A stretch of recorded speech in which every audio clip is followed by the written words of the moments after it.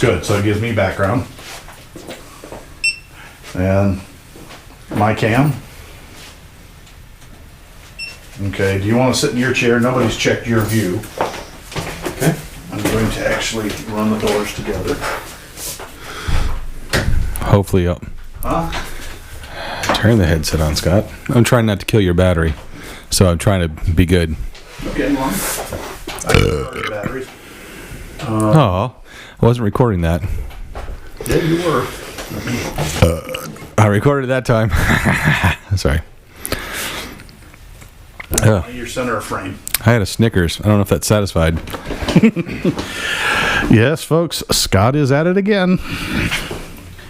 And you are pretty much face to camera, microphone. You are in center frame. That just saves me having to do too much editing. Exactly. Well, hey Patreons. Hey Patreons, as you can tell, are you actually you got to yes. Did you, what is it you call it? Boop it? Did you? I booped it, but here what I'm going to do is I'm going to go ahead and boop that so they can see what we did. I'll post that to the Patreons later. Okay. It's behind the scenes. Behind the scenes. Yes, it's because the behind whole video is behind the scenes, so that's behind the scenes.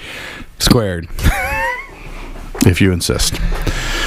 Oh. And patrons will get to this mess during the show, so you actually get to see what we're talking about, as opposed to everything else. But first, a not so happy intro, unfortunately. Well, I will do the actual do the show. I'll do. Oh, okay. So we'll do that as part of the show. So. But, go ahead. I was going to say, thank you, Patreons, for everything you guys done.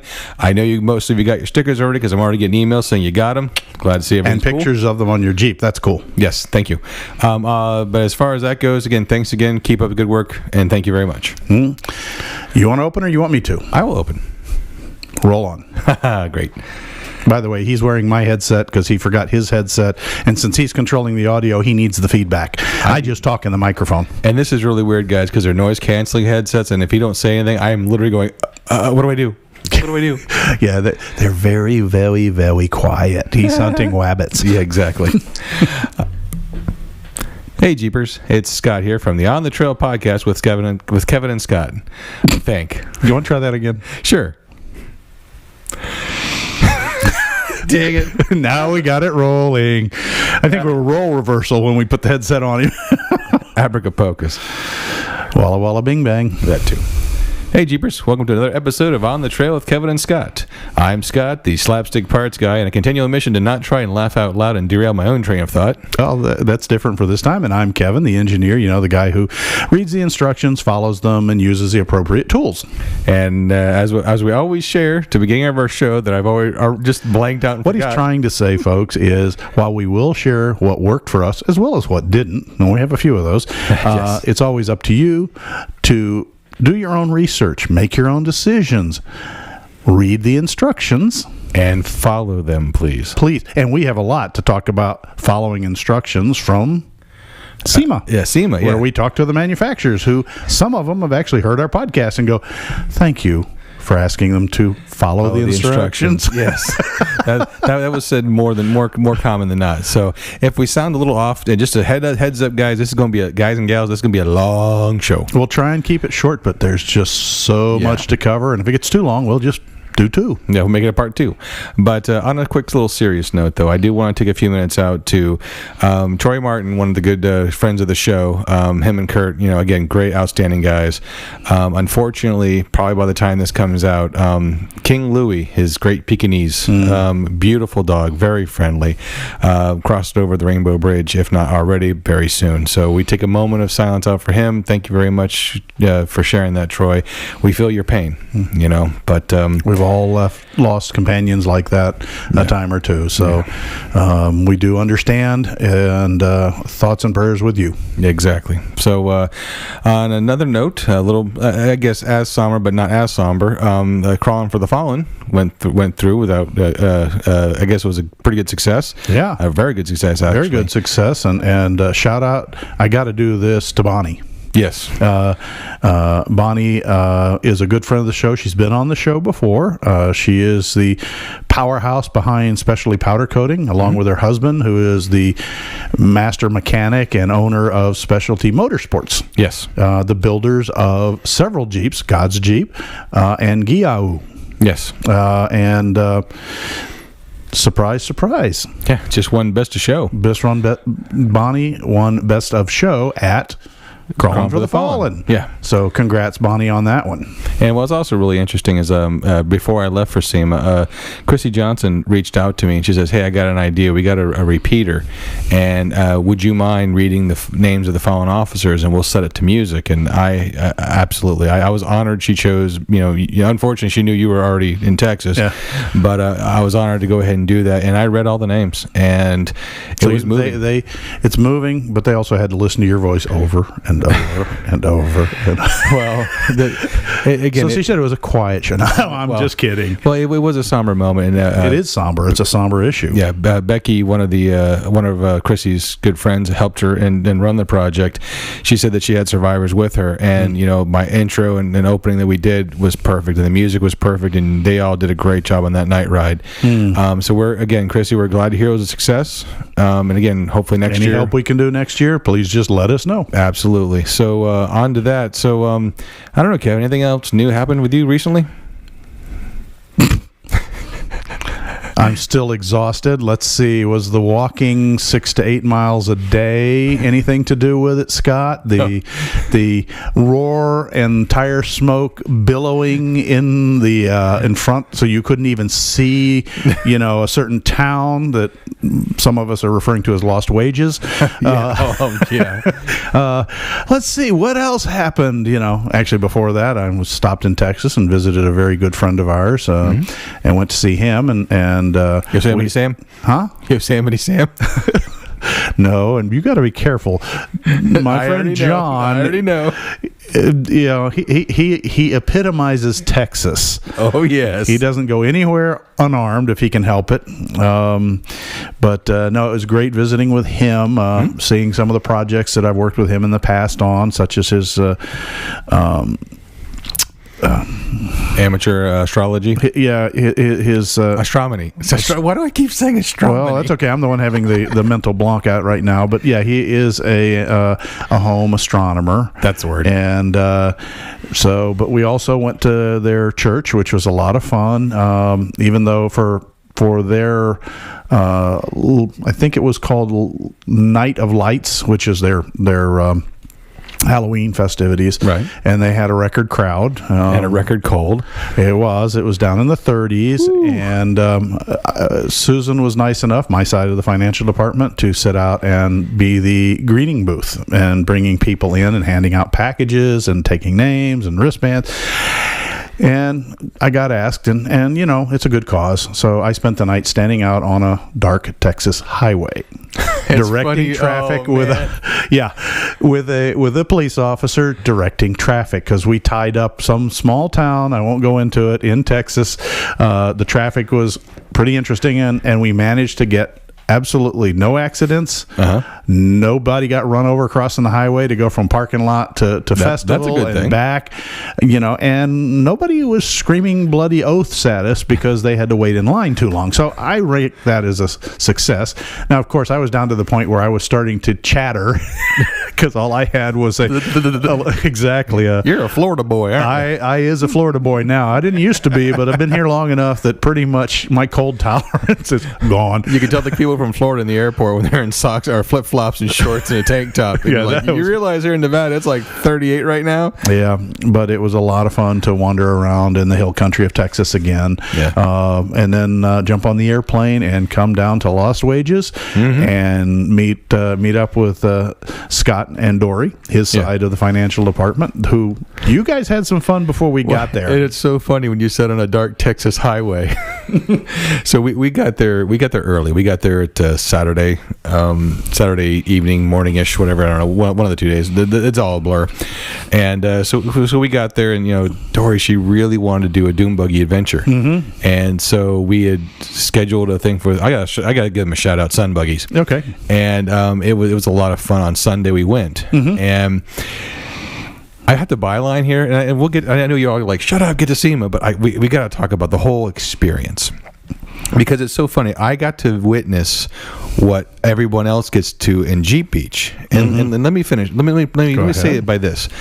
I got to go to another town, experience everything, go broke, and do some really cool local things. That is cool. And the reason why I had to byline, because it was completely new to you because they had what's called public land.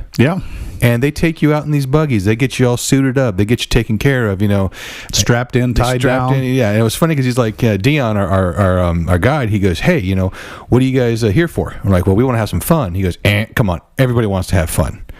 And I'm like, well, we're off-roaders, and then Dory, she drives Jeep. We're slow and slow. We're Jeepers. And he goes, oh, okay, our rescue vehicle's a Jeep. I'm like, really? I said, yeah, I noticed a TJ in the back. He goes, yeah, it's broke. Oh, hey, a TJ in its natural habit, the brakes went out. So I'm like, well, that's about right. Par for the course. So he's like, so you guys go slow. And I go, yeah. He goes, all right, well, stay on my behind. And I said, well, that's fine. Dory's driving. She has no problem with that. So we go out there, and of course, we stay right on his behind. And he starts picking up a little more speed. He starts picking up more speed. And going, okay, let's just push these Flatlanders and see how they can handle. And, we got done, and he got out, and he goes, hey, you know what? He's like, I've never had someone stay on me like that. He goes, congratulations. You guys give Jeepers a good name. But what was really interesting is that, we started talking about how it was public land. And we saw trash everywhere. That's sad. And it's very sad because one of the things they had said is, hey, they're thinking about, shutting this down. And I went back to Florida about how we're losing spots daily. And I'm like, guys, I don't care where you are. It's a problem. Are losing public land because of... You're not respecting the land. It's not just you, it's other people. Correct. And it doesn't matter who put the water bottle, the beer bottle, pick it up. Pick it up. That's all that we ask. Take a trail trash bag. I've seen plenty of them. Homemade and purchased, that'll hang on your spare tire, your bunny tail. And if you see it, and granted, if you're flying down a dirt road or a wash or something like that, you can't stop. I get that. But you usually see it when you slow down or you stop somewhere. And stewardship is noted. And I will tell you, in our state, if they see people packing out and they're bringing trash out and putting it in the trash receptacles, you might even have one of the help me out, the Florida Fish and Wildlife people come up to you and thank you.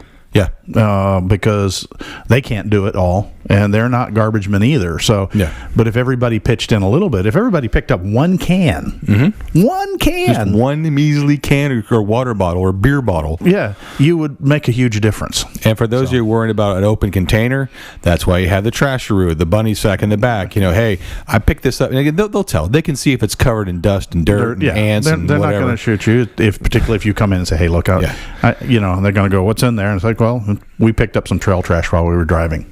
Well, when we left was the funny part. When we talked about dark Texas highway, it was sunset. We got on the highway, we started leaving, and it popped in my head on a dark desert highway. And I made a comment in the van with a bunch of other people from all over the country, and they all started laughing. And the driver goes, "Happens all the time." I'm like, "Geez." So, except that you were in a Nevada highway. And dark. I was on the true Texas highway. Well, it doesn't matter. It's desert. I got you. Yeah, it was interesting. So, what else did you do that was not Jeep related? I'm curious. Slept. But I know you did something else. So I'm trying to tease it out of you. Basically, we did the high roller, which was kind of fun, and Dory and I. For those of you who don't know what the high roller is, it is Las Vegas's version of the London Eye, or the Orlando Eye, but the London Eye was first, and it is a enormous wheel. Really looks like a bicycle wheel. Stood on edge on a frame and slowly rotates. And you have capsules around the perimeter that are clock driven counter rotation to the wheel rotation, so it always stays level and flat. Remember, kids, math. It works. Sorry. Dory wanted to go up there, and I noticed that there was, we rode with them, which is why I know this, and there was some trepidation of the two passengers who hadn't ridden in a vehicle like that. I've been lucky. We've ridden in the London Eye, and we've done a few other excursions. And so, I kind of knew what was coming. But, when you're on the perimeter of a rim, you have that safe feeling when you're down and you load because it's hanging. And everybody can handle hanging under, the supports. But as you start going up and all of a sudden... 2 minutes to midnight. and you're all of a sudden on top of the wheel and you can't see anything holding your little sphere up, but you can see the entire strip, the mountains in the distance. You're looking down on aircraft coming into McCarran Airport. And I saw a certain subtle shift into starting to hold on to things. And of course, I can't resist poking the bear. So I'm like, you realize if this comes off, holding on to it's just it's not gonna make a difference. Yeah, thanks so much, Kevin. Yeah, I appreciate that. Well, and that's one of the really cool things. I gotta stop saying that. I like your statement. If that's the wheel, I hate to see the bicycle. Yep. Yuck. We also did some zip lining while we were there. Dory did Superman style on her belly zip lining, and she got off. She's like, never again. It was fun because we're standing down below, and they're like, well, I'll try and video you. It's kind of tough. It's dark. Yeah. And you don't know who's coming. You don't know who's coming, and then all of a sudden I hear this. And the audience is deaf. Correct. But, it was just one of those grow and scream. And my wife looked at me and she goes, yeah, that was probably Dory.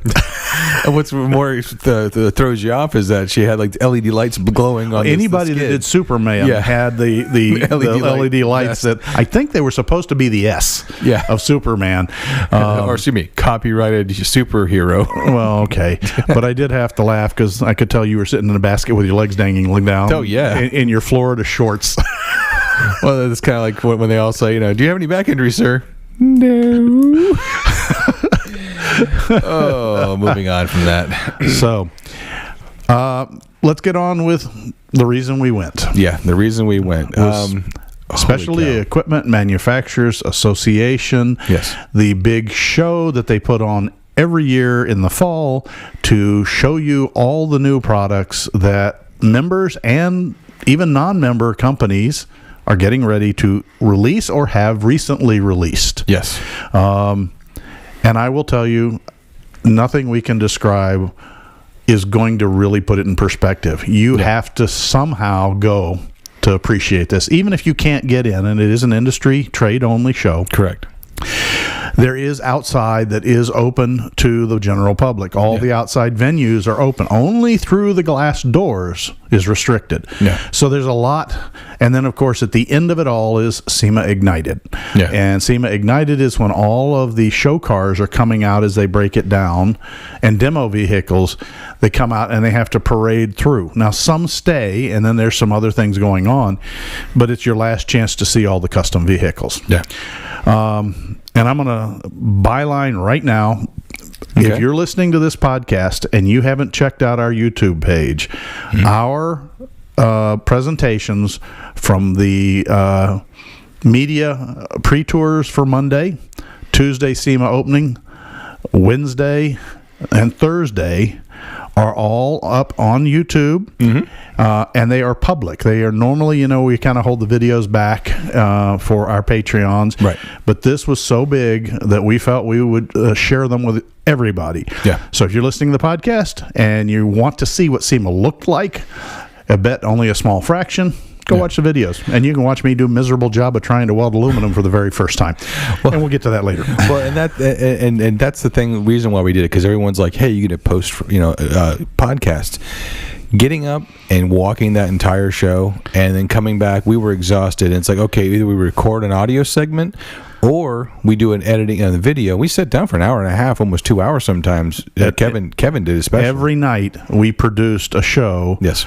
And we decided it was better to do what we're calling a video podcast. Right. Because actually the videos... To adjust it. The audio gear is the same gear we're recording on right now. We came up with our own little custom rig, and Scott's posted pictures of the H9. GoZoom H9 with optional wireless lavalier system. Yes, so the audio quality, you guys know how I am about audio quality. I got to have audio quality. Kevin and I, we obsessed over it. Yeah. We made sure the audio quality is just as good, because we've all seen the audios with, film with iPhones. It works. Yeah. But you guys know me. Unfortunately, it doesn't do it justice. It's so much better seeing it in video. And if you want to check it out, please check it out. Yeah. By all means. It's there for everyone to see. Yeah. So basically, the only day we did not do a video podcast for was Friday because Scott was on an airplane home. But I went ahead with Susan and we walked the floors for other things and for some content. And what those that are watching this video of this podcast, our Patreons are seeing my table covered with papers, maps, magazines, Jimmy Hoffa's wristwatch. And I'm going to hold up for the Patreon viewers a can full, absolutely full to overfilling of thumb drives. Yeah. Because a lot of the manufacturers were like, well, you don't want to carry any paper anyway. So here, just take a thumb drive and a lanyard and another thumb drive and a lanyard. And here's another thumb drive and a lanyard. And by the way, if you haven't gotten it yet, here's another thumb drive and a lanyard. Oh, we have enough lanyards right now to circle the earth. Yeah. Our Patreons can see this is just the thin down to one of each varietal. Yeah, it's literally the size of a softball. And when we did ours, they're kind of draped over a chair, and I think I broke the chair. So, but you know what? We do have to make a shout out because some interesting things before we get to the Jeep parts and Jeep people and processes and tools. Yes.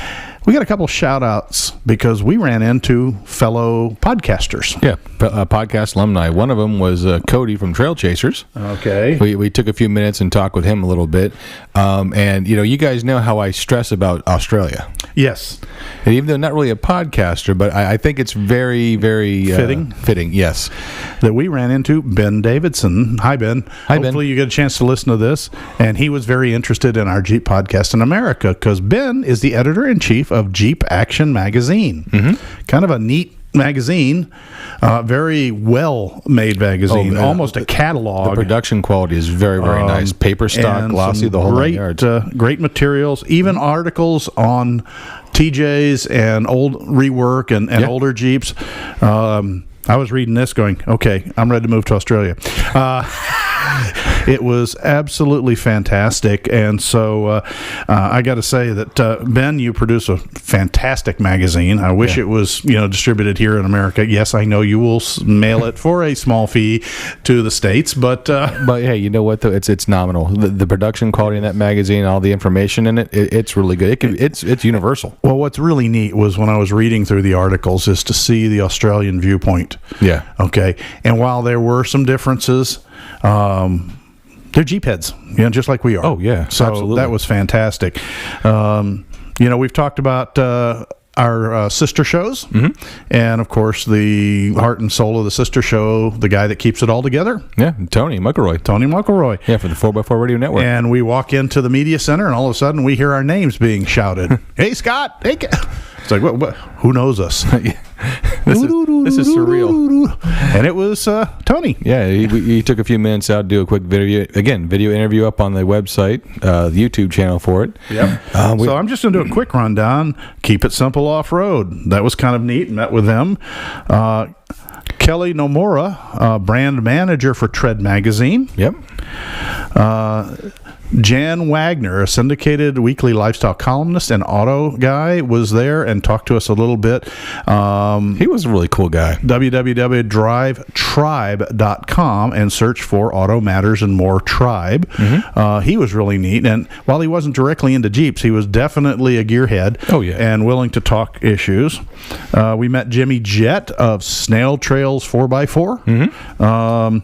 And then we met, I got to get their names, Jason and Chris of this was a weird one, Wheeling Wine and Whiskey. Yeah. I think I'm going to let them go first. Exactly.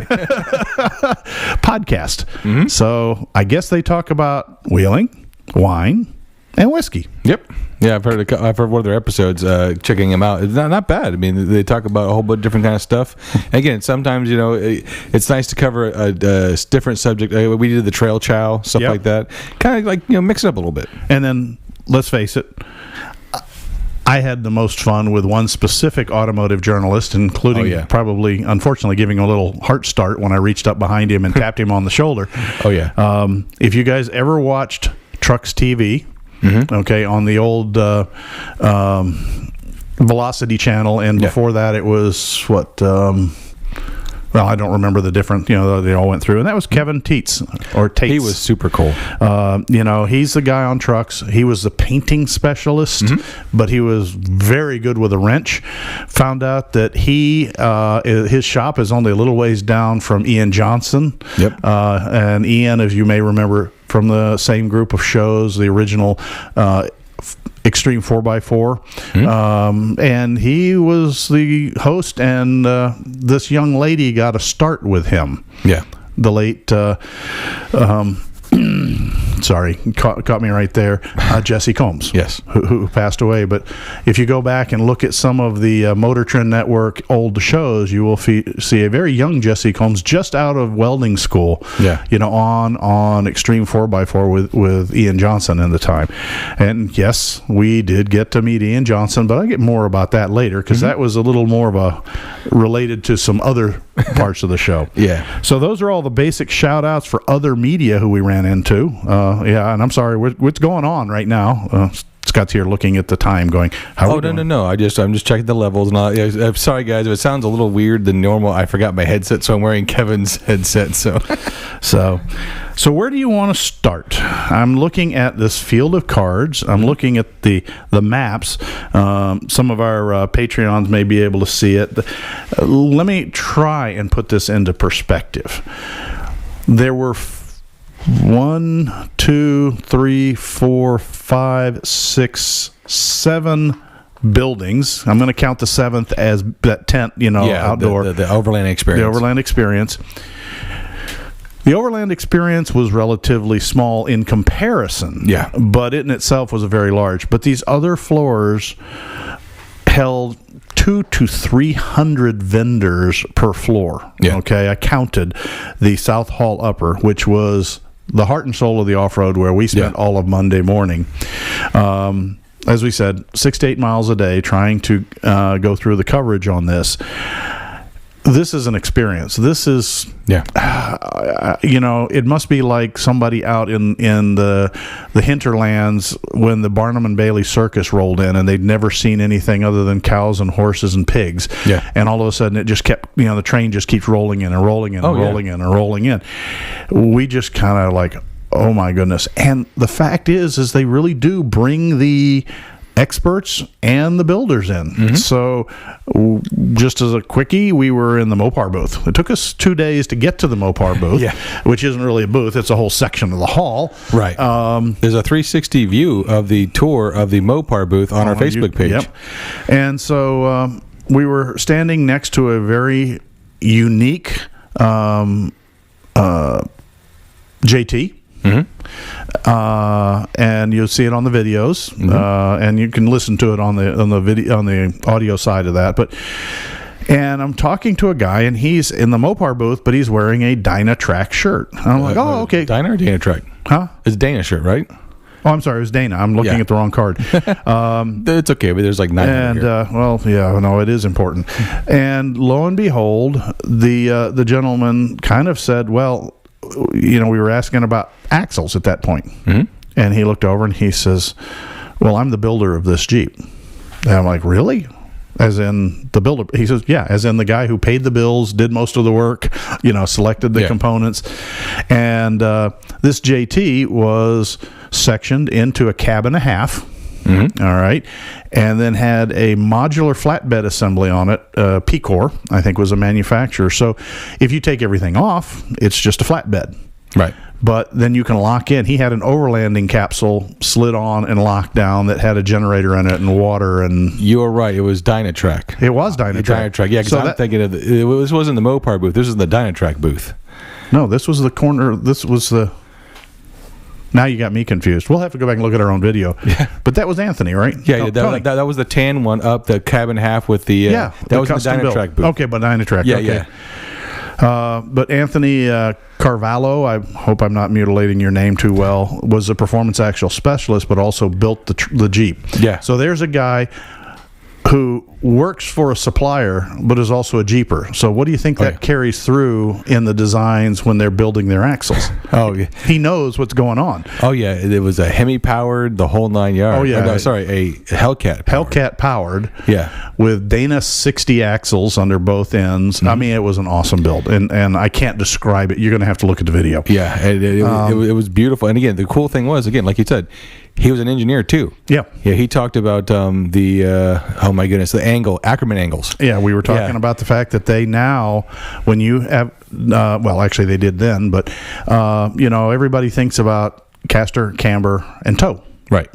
On a straight axle. But you can work in some Ackerman and some other things. These Ackerman angles have to do with your steering quality.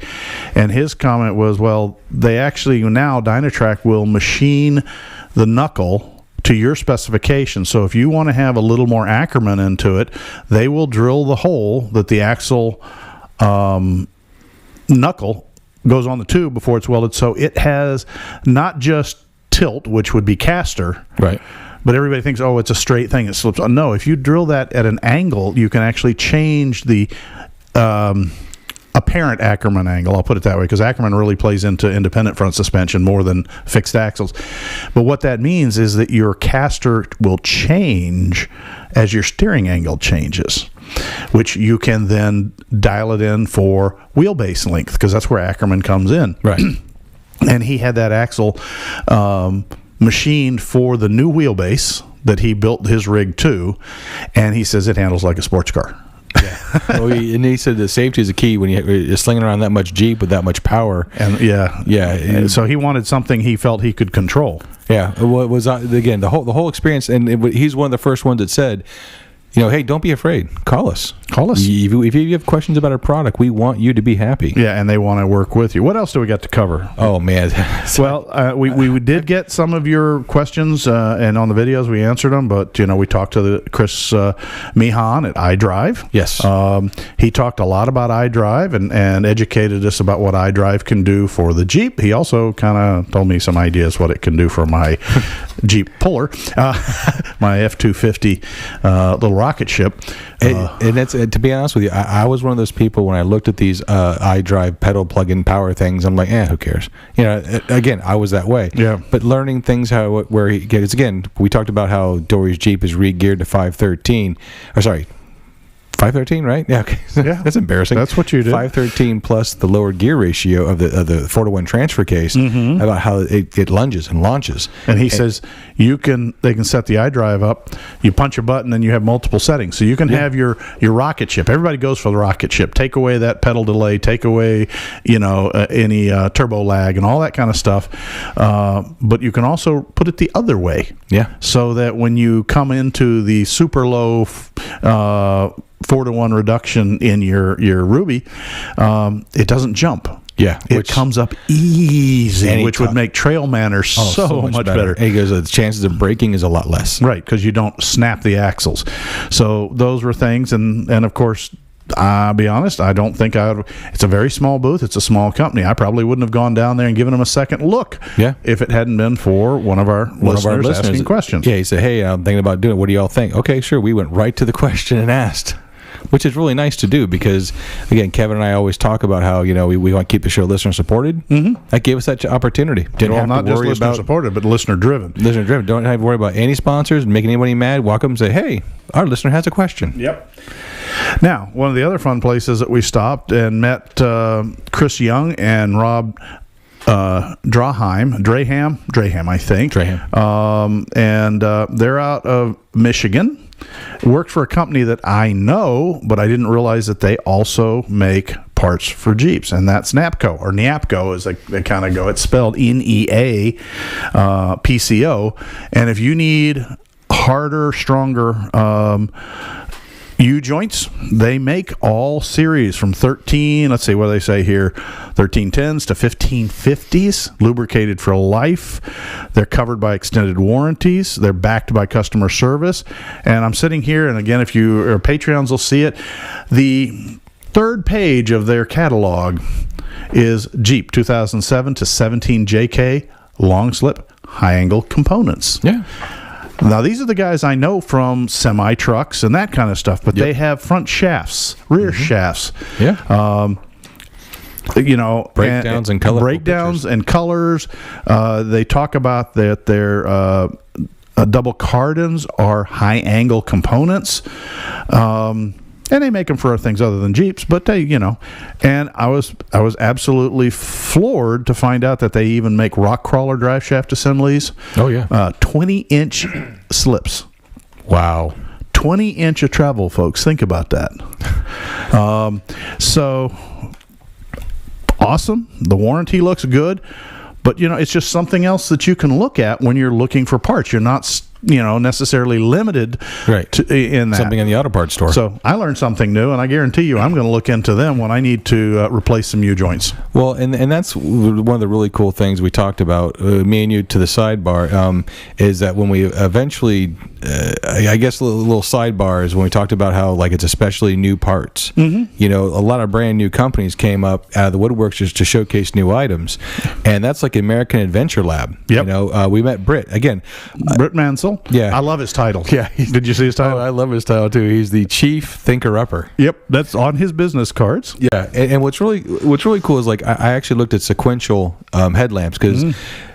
Headlamps. So he's talking about the sequential turn signals lamps. For the JL and the JL, JT turn signals on the fenders. And some company you can't utilize them unless you have already have the LED lighting equipment option. Right. The mounts aren't there apparently, or the wiring or something. He said that, no, there was a two-piece fender on one version and a single. They look the same, right? But one is two-piece and one is single. And some manufacturers only do it for the two-piece fender because there's bolt holes. Okay. And his lights that he was selling, if you ordered them, if you had the two different fenders, and the one would bolt up to the two-piece fender mounts if you had a two-piecer, but if you have a single piece, his included a bracket to hold the lamp in place. So, and another cool thing they also had was their the JL tailgate shelf, and again, 1,000 people have those now.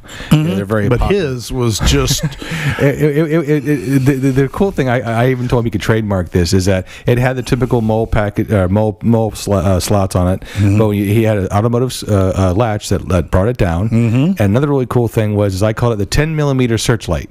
Yep. Because it had a little LED light that goes across the top. And again, you all know I'm a sucker for lights like that. You are. And click, boom, it can illuminate. You had like a small little workbench. You did. And his was actually, all the rest of them were either steel or steel caged. His was steel and aluminum, but it also had a wood insert into it so that you actually had more of a tabletop. So it was kind of neat. It's like a chopping block. It really was. So you could cook on it, or you could work on it. Just make sure you clean in between. Yeah. This burger tastes like grease.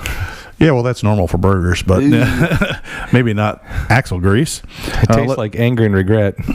But, thanks to a listener comment, we met Ben Anderson, tire product manager at Mickey Thompson, and found out that, unfortunately, they're not going to make the tire he wants in the rim size he wants. The listener wanted 16 and a half, right? Yeah, 16 and a half. And they pretty much MT said 16 and a half is dying rapidly. Yeah. So, but he was telling us that the tire in question was very, very popular and was being made in a lot of other rim sizes. I think it was a Baja Pro X. Yeah, I think it was too. So because I kept adding the 4 in there, and he kept looking at me like Baja Pro 4X. I'm like, I don't know. I just right. You all know me in names. Well, and I'm trying to think. I mean, we AFE Power, just. I guess I got to give a shout out to one guy and a name you'll recognize. Oh, the name I recognize. Yeah, even Scott recognized this name. We met Brandon Curry. Yeah. Guys, you're talking about Curry Correct Link, Curry in the Rock Jock world, Curry, you name it. You name it. There's a lot of Curry name on my Jeep, I can tell you that. And to meet Brandon was really pretty neat. It's a big family. And he is family to the original John Curry. Yep. And they are going to be taking Rock Jock as its own product line. Yeah. Which was kind of a neat concept. So they'll still be related, but it's not going to be nested in the same catalogs. Oh, and some of their suspension stuff they had? Oh, yeah. They're working on it, and they are all Jeepers. Mm-hmm. So they live and breathe what they're building. but it's nice to actually meet them there, and talk to the family. Yeah, for lack of a better term. And that's if you ever get a chance to go out there, that is the coolest thing, because Kevin and I talked about this, about how they're down to earth people, and they took time to answer your questions. They really did. A couple other folks. You're going to hear from some of these folks in the not too distant future when we do, because they want to be interviewed directly. Yes. And this one will throw you for a loop. It kind of caught Scott. Akzo Nobel. Yeah. It's one of the bigger companies you've never heard of, but you definitely have heard of the products they make. Right. Okay. So, for example, Seekins, one of the better paint finishes. Trying to remember all of their brands. I can't pull it up, but a lot of the finishes, primers, rust, are all made by Akzo Nobel. And I really have to laugh. No, okay. But we're trying to think. We're looking through the piles of paper, trying to remember things. But I'm down at that because I walked over there because in my prior life, before I retired, that was one of my clients for the job I used to do. And I went up and went to their Tennessee facility, and the person I ended up to was Sue. And Sue, I apologize. Your name, Jaskowski, I think is how you pronounce it, is their marketing and communication specialist, but she's out of Troy, Michigan. And I was talking with her, and it just, okay, you make this, you make that, they're a coatings and finishing company. And they don't just produce automotive, but they produce everything. But she's like, I said, so you guys willing to talk about products to our listeners? And she said, absolutely. So we're going to have Akzo Nobel, which is the parent behind a lot of the finishes that you can have on your Jeep. And we're going to have her help make us and you a little bit smarter should you need to repaint, touch up, or do some custom work on your Jeep from the painting and finishing. Now is the time to get those questions in, because if we haven't improved enough already, we will get your answers if we can. Yeah. And I don't know which one of the two to go to next, because there's... Oh, yeah, just do that one. Okay. Yeah, I feel like a kid at Christmas, all these presents, And that's the really cool part. I can almost bet that every one of you gets your version of the... Essentials magazine from Big Q, Quadratec. Well, we'll say Quadratec. I have no problem with it. But this was after Scott left, and I got up on the Las Vegas monorail. We were going back to SEMA, Susan and I, and lo and behold... Oh, no, it was actually in the bus. The bus? The shuttle bus. And we sit down, and we're next to Steve Fisher. Hi, Steve. And Tom Cosia, I think is how you pronounce it. And Tom is the design engineer for Quadratec, or one of them, and Steve is the engineering manager. And their job is, I thought, oh, you guys are here. They had buyer tags on. And he says, well, we are buyers. Careful with that wire. Okay. Is that the scratchy one? Sorry, folks. I didn't mean to blow your ears out. I don't have my headset on. We'll fix it. But they actually are the guys, when you see products that have the Quadratec label on them as not just a purchase, but actually, a Quadratec branded piece. Right. These are some of the guys who helped design them. Yeah, I run the Quadratec Q9000 winch on my quantum entanglement. Right. And so, and to get a talk, and they said, well, the company probably wouldn't let them interview us, but contact them and they will get us somebody who is cleared to talk. So we're going to talk to Big Q. Let's face it, anybody whose catalog gets so big they have to break it into the model of Jeep so you get the appropriate model for you. And I told him to save it, because I have both the TJ and the LJ, right. the JK. Now, Steve had one interesting comment that I do have to share with everybody. What's that? He says, I know they sell our catalogs in magazine stores and people pay for them. If you want a catalog, he says, just go to quadratec.com. Click here, and I'll mail one to your listeners for free. So if somehow you've been riding your Jeep for the last 20 years in the woods and are just coming out and don't know what Quadratec is, Q-Tech will send you a dream book that's kind of like that Christmas dream catalog you used to get from Sears when you were a kid. Do you know how today we have the smartphone technology where we'll all talk about how, kitty litter, I want kitty litter. I can't think of nothing else but kitty litter. And all of a sudden you'll start getting ads on your phone for kitty litter. Yep. In 2002, when I got my first Comanche, all of a sudden, after I register it, obviously get street legal after rebuilding the engine and all that, I start getting Quadratech catalogs. I'm like, that's really freaky. Are they paying for this? Yes, they are. Oh, yes, they are. Yes, they are. But it's hard to argue with somebody who can provide you either the product you want or make a matching product, and give you the options to see. That's one thing I like about their catalogs is they have their dream builds, so stage 1, stage 2, stage 3, so you can kind of plan your Jeep. Sound familiar? Yeah, bench building. Yeah, bench building. And they also carry Crown Automotive, which is a automotive resupplier, I guess, whatever. Right. Restoration parts, I think is the word used. Well, and thanks to them, to Crown, they let us sit in front of their booth. And record in front of a beautiful, it was a 1980 Grand Wagoneer. Yep.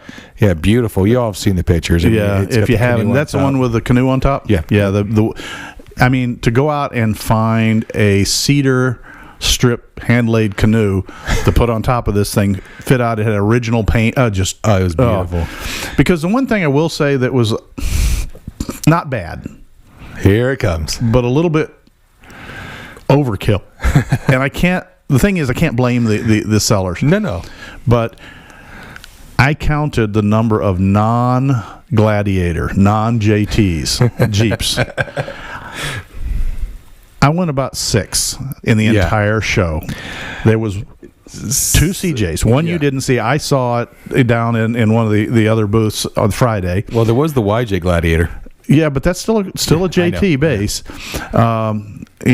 We saw 3 of the original Grand Cherokees. No. Well, we did see a couple of those, but I was thinking about the Wagoneers, and 1 Forward Control, 1 FC. Yeah. So you're going everybody. Well, here's the thing. And we do, this is in our video too, so those of you who watch the videos, yes, I'm going to repeat myself, so don't comment. But SEMA is about new products. Yes. What's the quickest way to say I got a new product? By having the newest vehicle. By having the newest vehicle. So even if it's an old product that happens to fit on a sister vehicle, they're going to slap it on. If you stick the name that now fits the JT. Oh, you didn't have a JL, but you bought a Gladiator? Guess what? Our widget fits on that vehicle also. And now it's a new product. Exactly. So everybody. And the weirdest thing was you're like, okay, I expect that on the off-road and 4x4 floor. I expected it downstairs in the tires floor. Yep. I knew you were going with it. I really didn't expect to see it in the hot rod floor. Exactly. But there were probably 20 or 30 in the hot rod floor that people were using as booth bait to get your attention.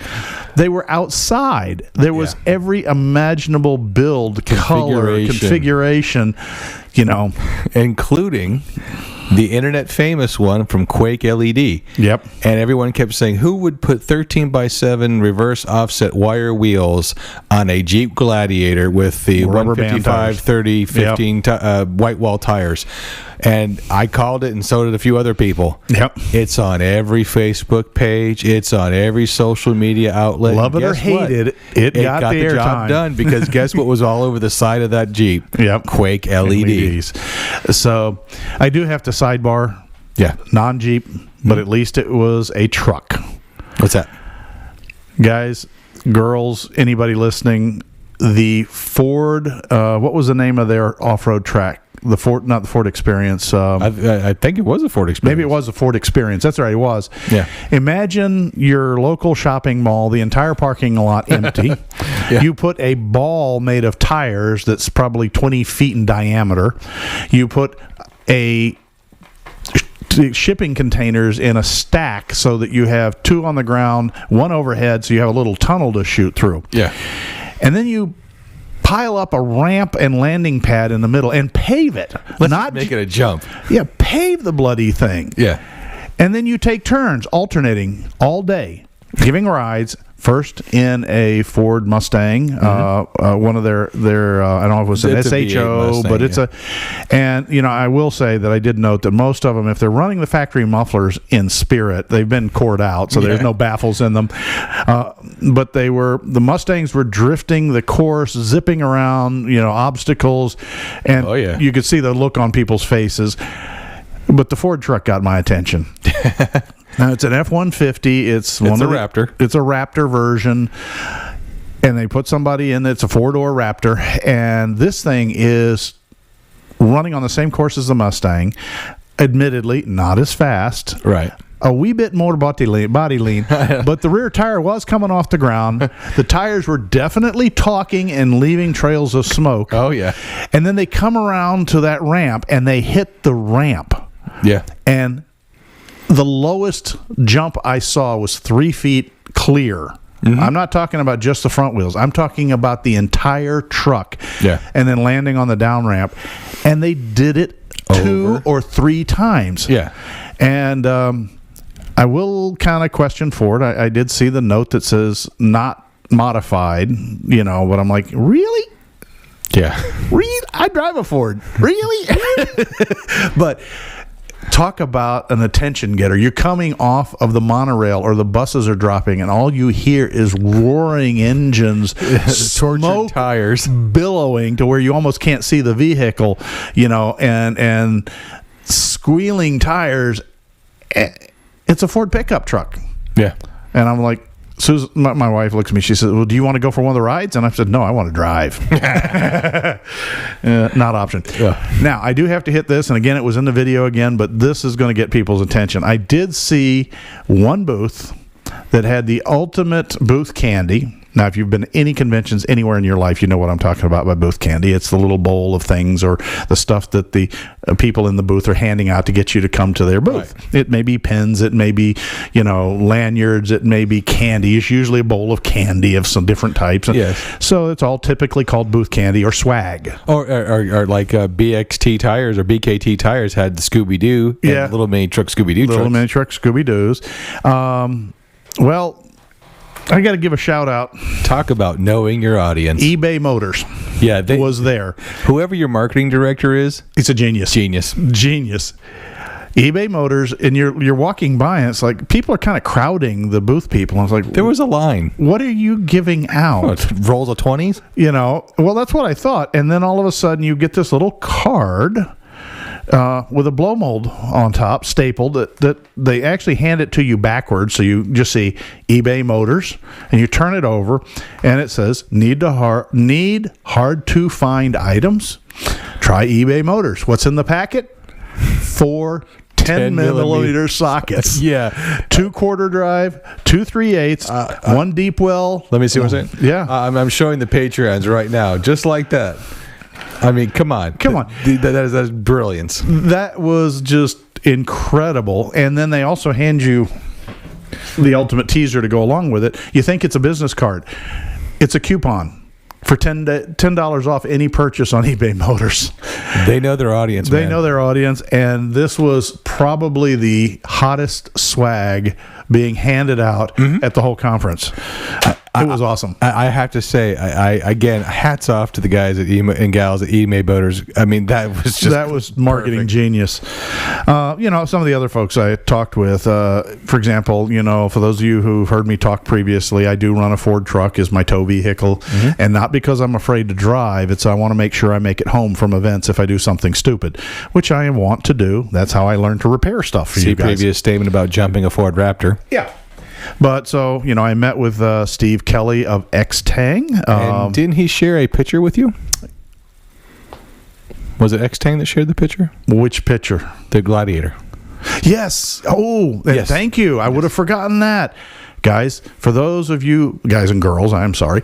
For those of you who are buying a JT, have a JT, want a JT, you've probably heard me talk before about my X-Tang hardcover that goes on my Ford. It's a hard fold cover that actually is structural foam with aluminum skins that tri-folds back, and it's the only cover that I've found in the hard variety that leaves my bed clear while it's on the bed to hook up a gooseneck trailer.